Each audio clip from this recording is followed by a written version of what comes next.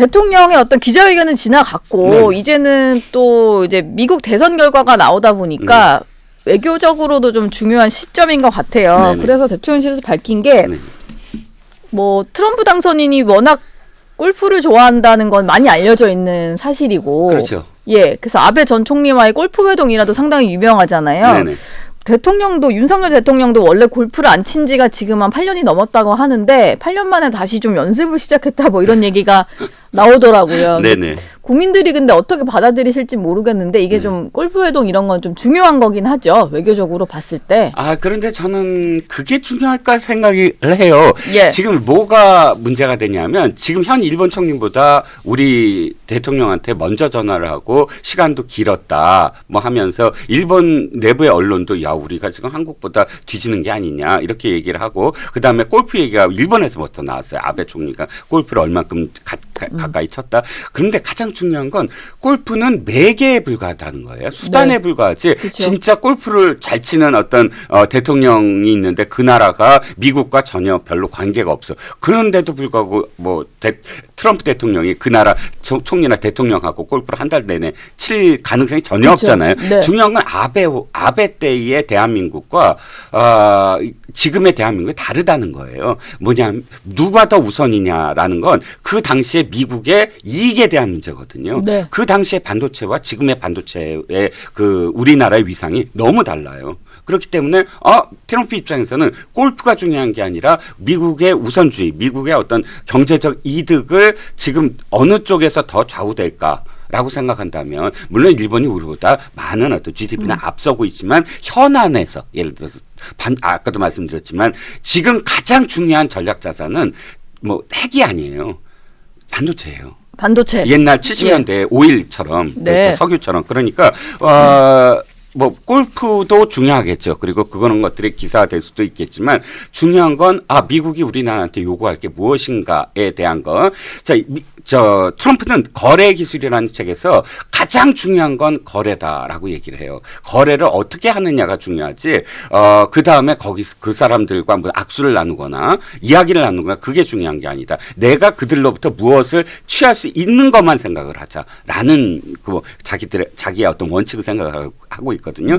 차라리 저는 트럼프의 뭐 지금까지 어떤 책들을 다시 읽기 시작했다라거나 이런 것이 골프 치는 것보다 더 중요하지 않을까? 개인적으로는 좀 그렇게 생각을 합니다. 제가 봤을 때는 골프도 연습을 하고 책도 네. 읽고 해서 골프를 치면서 얘기를 하려면은 네네. 이제 상대를 좀 알아야 되니까 네네. 뭐 그런 걸 두루두루 하고 있지 않을까라는 생각도 좀 들고 네네. 좀 전망이 어떻게 될지 모르겠습니다만 윤 대통령도 확실히 좀 미국 대선 결과에 대비를 지금 열심히 하고 있는 것 같아요. 네. 근데 대통령실 같은 경우는 두 사람이 통화한 이후에 케미가 잘 맞을 거다 이런 식으로 이제 브리핑을 했는데 이재명 대표 같은 경우는 두 사람 안 맞을 것 같아 뭐 이랬어요. 근데 그러면서 네. 얘기를 한 게 이제 트럼프 당선인도 먹사니즘으로 당선이 된 거라서 그럼 본인이랑 더 잘 맞을 것 같다 이런 얘기일까요?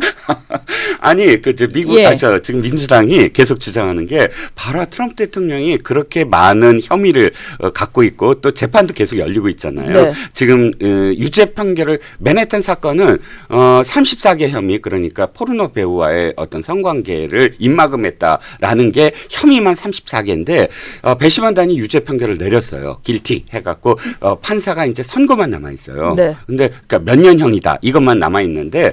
딱 중단을 했죠. 대선 때문에 중단을 했는데 그걸 보면서 지금 민주당에서는 우리나라 민주당에서는 환호를 해요. 커봐라 트럼프와 이재명 비슷한 점이 많다. 대통령 되면 다 끝나는 거 아니냐. 셀프 사면하면 된다 이런 건가요?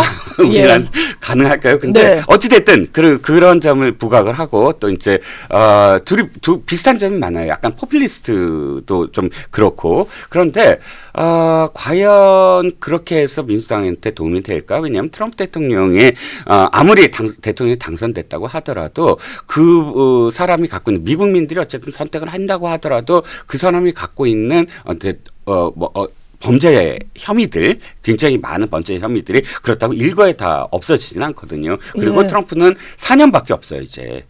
그러니까 8년이 가능성 있는 대통령이 아니고 4년밖에 없고 근데 4년은 거의 2년밖에 없는 거예요.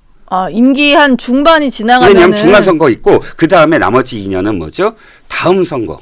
다음 차기 주자들 차기 주자들이 완전히 그냥 나머지 2년을 뒤덮어요. 미국 선거는 거의 대선에 한 2년 걸리거든요. 네. 그러니까 2년밖에 안 남은 트럼프예요. 솔직히 예. 더 정확하게 네. 그 2년 동안 무엇을 할 것인가에 대한 고민을 트럼프도 해야 되고 지금 뭐 윤 대통령이나 뭐 이재명 대표나 사실 이 트럼프가 앞으로 2년 동안 무엇을 할 것인가에 대한 어떤 고민으로 지금 그런 이야기들을 하는 것이고 또 자신의 어떤 정치적인 어떤 상황에 맞게 그것을 이야기할 뿐이다. 그런데 진짜 중요한 건 보다 좀 국민들한테 안심을 시켜줬으면 좋겠어요. 아, 우리가 이렇게까지 준비를 했다. 상대방보다 내가 케미가 맞는다라고 이재명 대표나 이렇게 얘기할 게 아니라 트럼프에 대해서 우리 민주당은 어떤 준비를 해왔고 또 이러이러한 부분에서 트럼프의 공화당과 우리는 이치가 된다. 이런 표현이 훨씬 더 먹상이즘이라든지 이런 표현보다 국민들을 안심시키고 예측 가능한 한미 관계를 맺을 수 있는데 누가 더 적합할까? 윤 네. 대통령이냐 이재명 대표는 이렇게 판단할 수 있지 않을까 싶습니다. 예.